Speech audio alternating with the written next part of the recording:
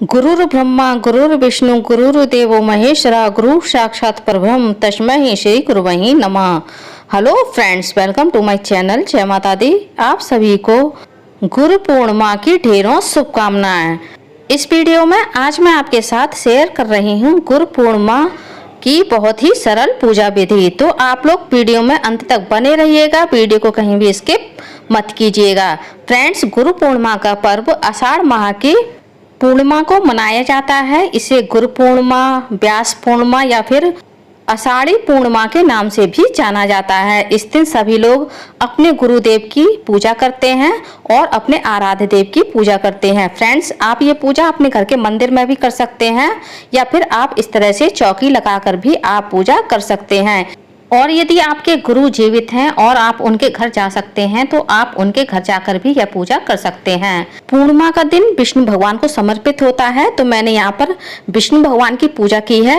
आप विष्णु भगवान की जगह अपने गुरु का भी फोटो रख सकते हैं। यदि आपके कोई गुरु नहीं है तो आप गुरु पूर्णिमा के दिन वेद व्यास भगवान की भी पूजा कर सकते हैं, क्योंकि वेद व्यास भगवान सनातन धर्म के प्रथम गुरु माने जाते हैं। या फिर आप इस तरह से विष्णु भगवान और अपने आराध्य देव की भी पूजा कर सकते हैं।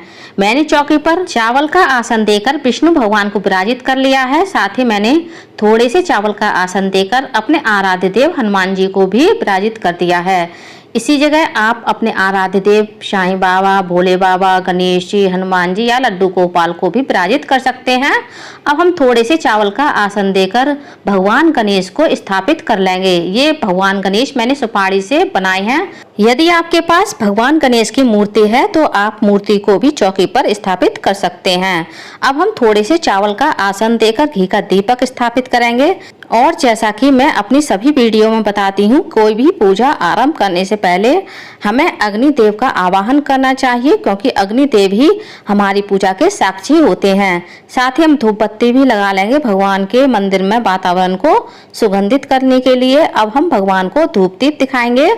अब हम एक जल का कलश लेंगे, इसमें थोड़ी सी शक्कर हम जल को मीठा करने के लिए डाल देंगे। जल को मीठा करने के लिए आप जल में मिश्री या फिर बतासा भी डाल सकते हैं और जल के कलश को हम भगवान के पास रख देंगे। अब हम सभी भगवान को शुद्ध जल से या फिर गंगा जल से मानसिक स्नान करा देंगे। और अब हम सबसे पहले प्रथम पूज्य भगवान गणेश का पूजन करेंगे। किसी भी पूजा में सबसे पहले भगवान गणेश की पूजा की जाती है, वरना कोई भी देवी देवता हमारी पूजा स्वीकार नहीं करते हैं। भगवान गणेश की पूजा हमें हल्दी से और कुमकुम से करनी चाहिए। अक्षत चढ़ाएंगे और वस्त्र रूपी मौली चढ़ाएंगे। अब हम भगवान गणेश को एक जनेऊ अर्पित कराएंगे। यदि आपके पास रेडीमेड जनेऊ हो तो आप वह अर्पित कर दें। भगवान को हम एक पुष्प अर्पित करेंगे। साथ ही भगवान गणेश को एक हल्दी और एक सुपारी भी अर्पित कर देंगे। धूप घास चढ़ाएंगे और अपनी श्रद्धा अनुसार कुछ दक्षिणा भी हम भगवान को अर्पित करेंगे।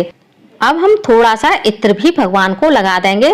इस प्रकार से आप किसी भी पूजा में भगवान गणेश की संपूर्ण पूजा कर सकते हैं। अब हम अपने आराध्य देव हनुमान जी की पूजा करेंगे। विष्णु भगवान की पीले चंदन से पूजा कर देंगे। भगवान ने जो अस्त्र शस्त्र पकड़े हुए हैं इनका भी हम पूजन कर देंगे। भगवान को हम अक्षत चढ़ाएंगे। अब हम हनुमान जी को एक पुष्प अर्पित कर देंगे और एक वस्त्र रूपी मौली अर्पित करेंगे। साथ ही हम जनेऊ भी भगवान को अर्पित करेंगे। यदि आप स्त्री हैं तो हनुमान जी को जनेऊ ना पहनाएं, जनेऊ आप उनके चरणों में रखते हैं। और यदि आप पुरुष हैं तो आप हनुमान जी को जनेऊ पहना सकते हैं। अब हम हनुमान जी को तुलसी का भी भोग लगा देंगे। अब हम विष्णु भगवान को एक पीले फूलों की माला भी अर्पित कर देंगे।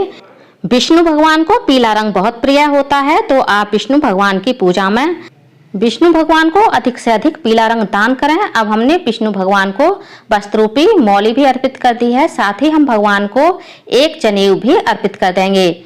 विष्णु भगवान को किसी भी पूजा में तुलसी दल अवश्य से अर्पित करना चाहिए। तुलसी दल से भगवान प्रसन्न होते हैं। अब हम अपनी श्रद्धा अनुसार कुछ पैसे भी हम भगवान को अर्पित कर देंगे। जब हम भगवान को कुछ दक्षिणा अर्पित करते हैं तो हमारी पूजा में जो कमी रह जाती है वह दक्षिणा से पूरी हो जाती है। साथ ही मैंने भगवान को इत्र भी अर्पित कर दिया है। विष्णु भगवान को और हनुमान जी को बेसन के लड्डू प्रिय होते हैं, तो मैंने भोग में बेसन के लड्डू लिए हैं, साथ ही हमने फलों में अनार और सेब लिया है। आप कोई भी मौसमी फल का भोग भगवान को लगा सकते हैं। भगवान गणेश के लिए हमने अलग से भोग निकाल दिया है, क्योंकि तुलसी पड़ा हुआ भोग भगवान गणेश स्वीकार नहीं करते हैं। और विष्णु भगवान और हनुमान जी के सभी भोग में हम तुलसी दल डाल देंगे। साथ ही पूर्णिमा के दिन आपको पंचामृत का भोग विष्णु भगवान को अवश्य से लगाना चाहिए। यदि आप पंचामृत नहीं बना सकते हैं तो आप खीर का या फिर दूध का भी भोग भगवान को लगा सकते हैं। फ्रेंड्स, यदि आपके पास भोग नहीं है, कोई मिठाई नहीं है, तो आप चीनी या मिश्री का भी भोग भगवान को लगा सकते हैं। अब हमने दीपक का भी पूजन कर दिया है। दीपक का पूजन करने से अग्निदेव का पूजन हो जाता है। अब हम एक छोटा सा हवन करेंगे। हवन के लिए मैंने गाय के गोबर का उपला लिया है, आप आम की शमिता भी ले सकते हैं। उपले के ऊपर हमने थोड़ा सा घी डाला है और अब हम थोड़ा सा कपूर रख देंगे। उसके बाद हम अग्निदेव का आवाहन करेंगे। इस तरह से आप बहुत ही अच्छे से एक छोटा सा हवन कर सकते हैं। अब हम गौरी गणेश के नाम से पहले 5-5 आहुतियां देंगे। उसके बाद विष्णु भगवान के नाम से आप अपने समय अनुसार 5, 7, 21, 51 या फिर 108 आहुतियां दे सकते हैं। माता लक्ष्मी के नाम से आप आहुतियां दे सकते हैं। अपने इष्ट देव के नाम से आहुतियां दे सकते हैं। अपने सदगुरु के नाम से, गुरु के नाम से भी आप हवन कुंड में आहुतियां दे सकते हैं। फ्रेंड्स, किसी भी पूजा में हवन करने के लिए हवन सामग्री कैसे तैयार की जाती है, इसका भी वीडियो आपको मेरे चैनल पर मिल जाएगा। लिंक आपको ऊपर आई बटन में और डिस्क्रिप्शन बॉक्स में मिल जाएगी। किसी भी पूजा में हवन करना बेहद शुभ माना जाता है। आपने देखा होगा, जब हम कोई अनुष्ठान करते हैं तो उसमें हवन अवश्य से किया जाता है। हवन करने से हमारी पूजा संपूर्ण होती है और भगवान प्रसन्न होते हैं। हवन करने के बाद हमें भगवान की आरती करनी चाहिए। यदि आप अपने गुरु की पूजा कर रहे हैं तो आपको इस दिन अपने गुरुदेव की भी आरती अवश्य करनी चाहिए।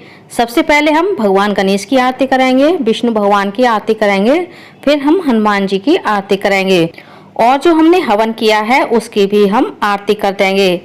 अब हम हवन की अग्नि को शांत करेंगे, दीपक की अग्नि को शांत करेंगे। पहले हम भगवान को आरती देंगे, फिर हम आरती स्वयं लेंगे और पूजा में हुई भूल चूक के लिए हम भगवान से क्षमा प्रार्थना करेंगे। अब हम भगवान के चरण स्पर्श करके उनसे आशीर्वाद लेंगे और उनसे प्रार्थना करेंगे अपनी कृपा हम पर हमेशा बनाए रखें। तो फ्रेंड्स, आप लोगों को मेरा यह वीडियो कैसा लगा कमेंट्स करके जरूर बताइएगा। और यदि आप मेरे चैनल पूनम की आस्था पर पहली बार आए हैं तो प्लीज़ चैनल को सब्सक्राइब कर लीजिए, वीडियो को ज़्यादा से ज़्यादा लाइक कीजिए, शेयर कीजिए, साथ ही बेल आइकन को प्रेस कर दीजिए ताकि हमारे आने वाली सारी लेटेस्ट वीडियो की नोटिफिकेशन आप लोगों को टाइम से मिल सके। कॉमेंट्स बॉक्स में श्रीमन नारायण या फिर अपने गुरुदेव की जय अवश्य लिखिएगा। धन्यवाद फ्रेंड्स। श्रीमन नारायण।